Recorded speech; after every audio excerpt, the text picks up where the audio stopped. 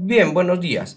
Continuando con los videos referidos a lo que es conocimiento del estudiante, vamos a tocar el tema sobre desarrollo psicosocial en la niñez media. Recordemos que la niñez media se da entre los 7 y 8 años, ¿de acuerdo? Entonces vamos a trabajar con ello. A ver, este es el sexto video y bueno, lo vamos a dividir en dos partes, ¿sí? Por lo amplio del tema. Vamos recordando esto, ¿no? Los niños de hogares monoparentales se desempeñan mejor en las pruebas de logro en los países con políticas de apoyo a la familia. Claro. Recuerden, hogares monoparentales quiere decir donde ha habido un divorcio y o separación previa entre los padres. Ustedes dirán, pero ¿cómo que se desenvuelven mejor en las pruebas de logro? Sí, pero siempre y cuando haya políticas de apoyo a las familias. Son estudios que están dados, ¿sí? Entonces veamos.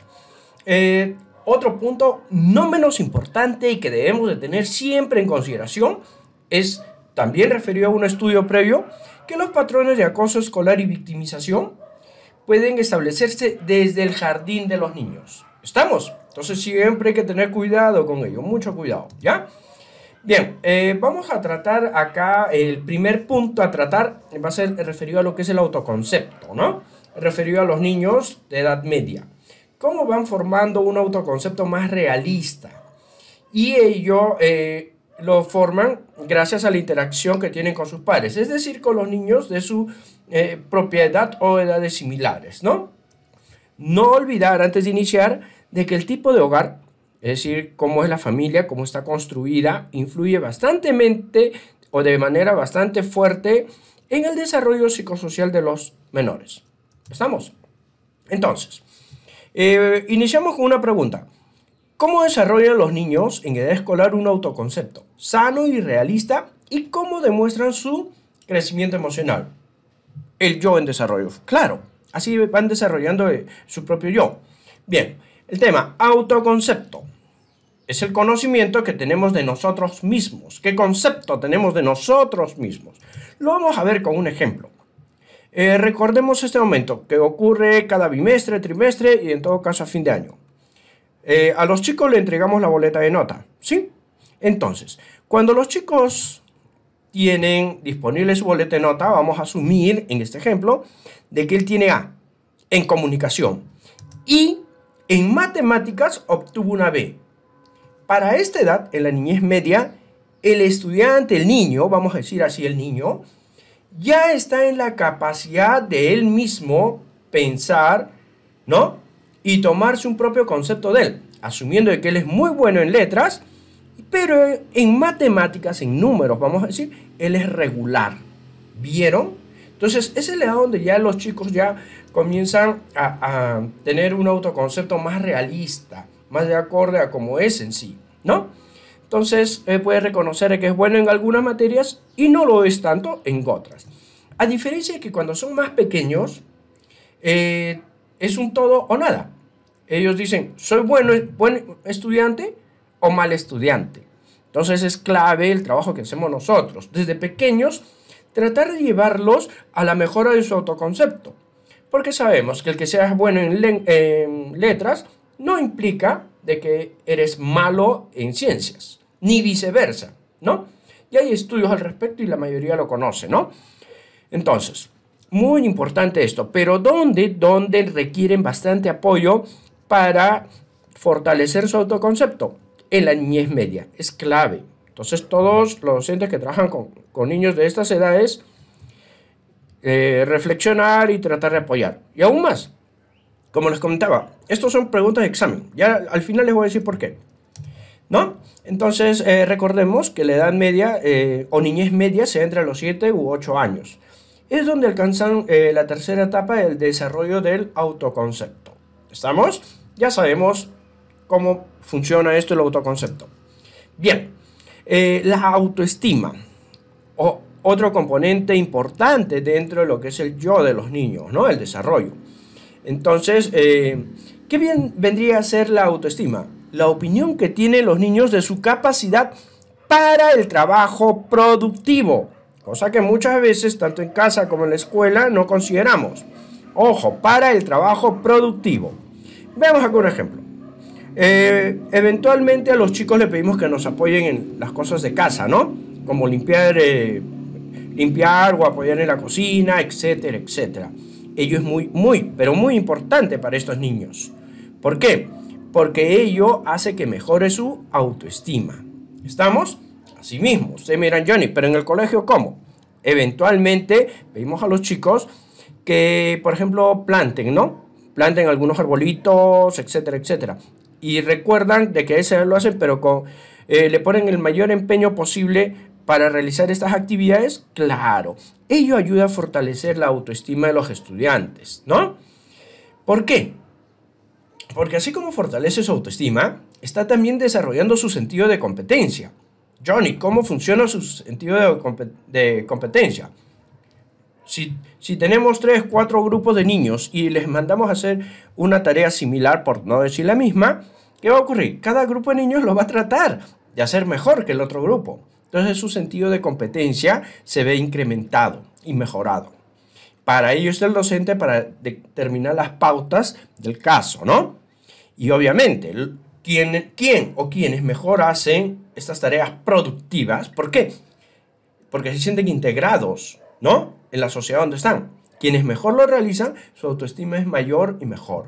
Entonces, ya sabemos cómo ayudar a mejorar la autoestima. No como muchas veces. Agarramos tutoría, por decir, o de PCC, autoestima.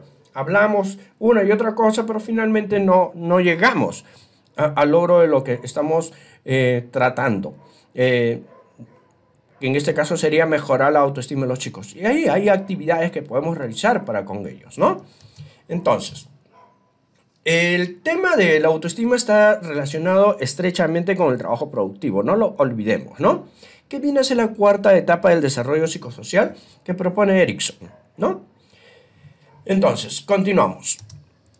Otro punto más, crecimiento emocional, el cual está directamente relacionado con la conducta prosocial del estudiante. ¿Sí?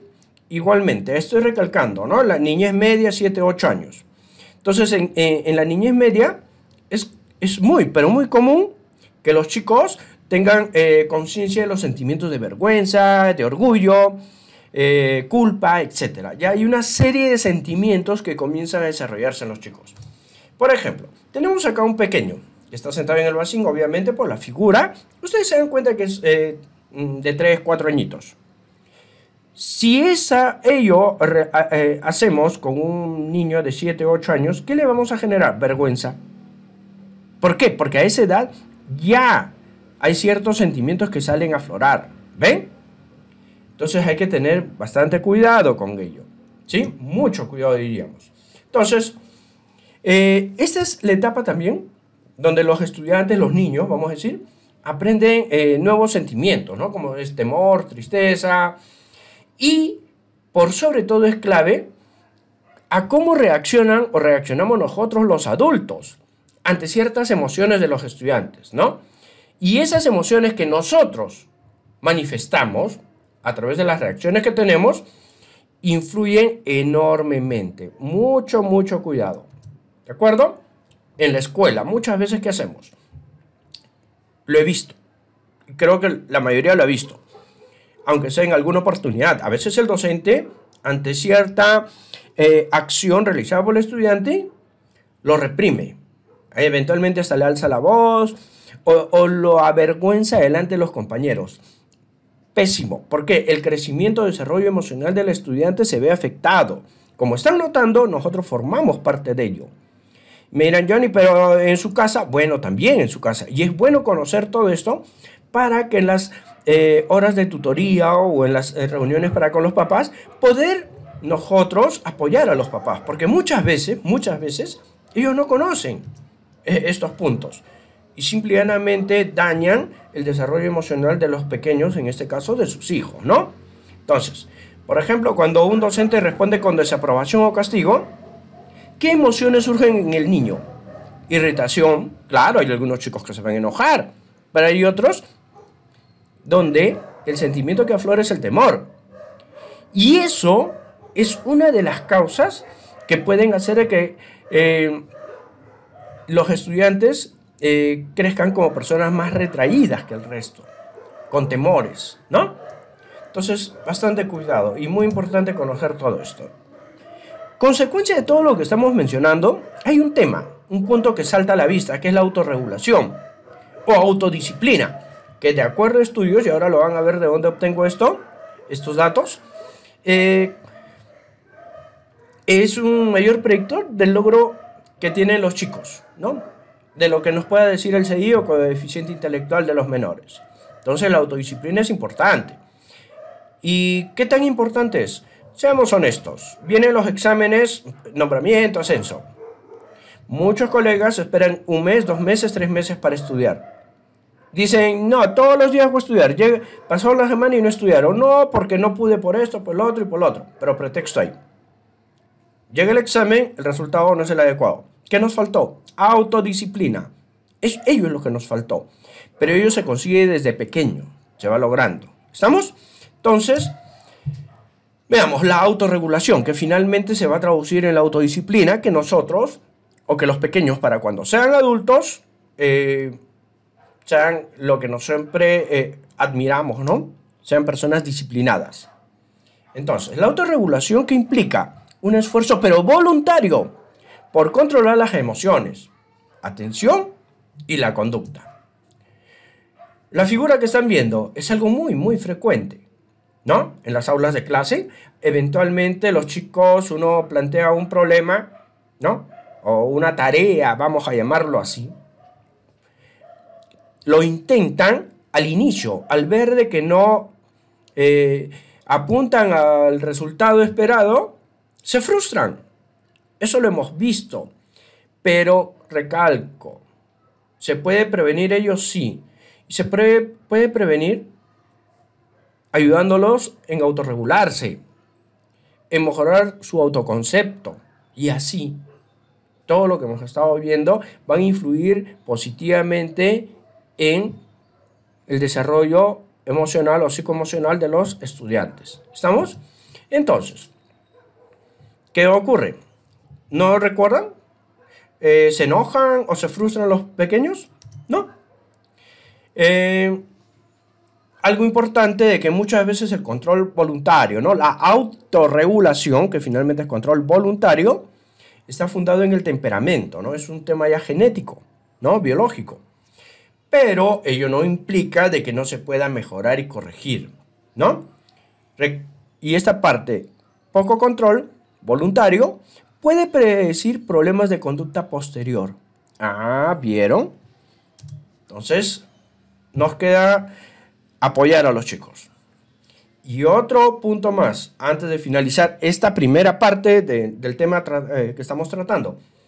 Los niños tienden a volverse más empáticos y a inclinarse más hacia la conducta prosocial en la niñez media. Esta es una edad clave. Hay personas adultas que son muy empáticos y otro gran porcentaje que no. Pero donde uno puede apoyar en un futuro cercano de estos menores para que sean más empáticos y todo lo demás que conlleva es en esta edad. Entonces, bastante cuidado, ¿sí? Por ejemplo, acá hay otro estudio respecto a la actividad cerebral de los niños de 7 a 12 años. Básicamente los chicos de primaria y los que inician la etapa secundaria, ¿no? Donde se encontró que algunas regiones de su cerebro se activan cuando se les muestra imágenes de gente que sufría. Johnny, ¿para qué lo indicas? Pues fácil, sencillo. Ahí ya tienen una manera de cómo apoyar a los estudiantes, ¿no? Ya tenemos una manera, entonces podemos hacer uso de ello en nuestras clases para apoyar a los estudiantes. ¿Sí?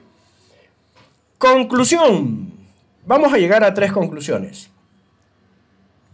Lo más probable es que los estudiantes que poseen alta autoestima se ofrezcan para ayudar a quienes son menos afortunados que ellos. Y este ofrecimiento a su vez ayuda a construir la autoestima. ¡Claro que sí! Los niños prosociales suelen comportarse de manera apropiada en las situaciones sociales. Están relativamente libres, relativamente, no quiere decir que al 100%, ¿no? Libres de emociones negativas y afrontar los problemas de modo constructivo. ¿Ven todo lo que se puede obtener siempre y cuando nosotros profundicemos y apoyemos a los chicos en todos estos puntos? Claro que sí. Los docentes que reconocen los sentimientos de fricción de sus estudiantes y los ayudan a enfocarse en resolver la raíz del problema, estimulan la empatía. Claro, Johnny, pero ¿cómo estimulo? Es que tú estás siendo empático con el estudiante y estás estimulando la empatía en el mismo estudiante. Como siempre hemos dicho, todo es a través del ejemplo. ¿Sí o no? Claro que sí. Ya se percataron. Entonces, la pregunta, entre comillas, tarea. Cada uno trata de analizar cómo se desarrolla el autoconcepto en la niñez media, ¿ya? Y cómo cambian las relaciones entre docentes y estudiantes, padres e hijos en la niñez media. Y cómo influyen la atmósfera y la estructura familiar en el bienestar de los estudiantes. ¿De acuerdo? Y les dejo dos preguntas para que reflexionen en base a lo que recién estoy terminando de exponer y sobre ello puedan generarse propias respuestas. ¿Estamos? Entonces, bueno, luego voy a compartir la continuación del tema que estamos tratando. Este es el video número 6 de un aproximado de 15 videos referido a conocimientos del estudiante que vamos a realizar. Como siempre les menciono, es importante, ¿no? Y lo que les comentaba en varias oportunidades, ¿de dónde extraigo la información? Desarrollo humano de Papalia. Importante, muy, muy bueno este libro, muy bueno. Es un libro que el Ministerio de Educación muchas veces lo ha compartido y ha recomendado su lectura. Y aún más, por experiencia les digo que de este libro eventualmente sacan preguntas para los exámenes, ¿sí? Bien, cuídense y cualquier cosa igual nos vamos comunicando. Sí, hasta luego.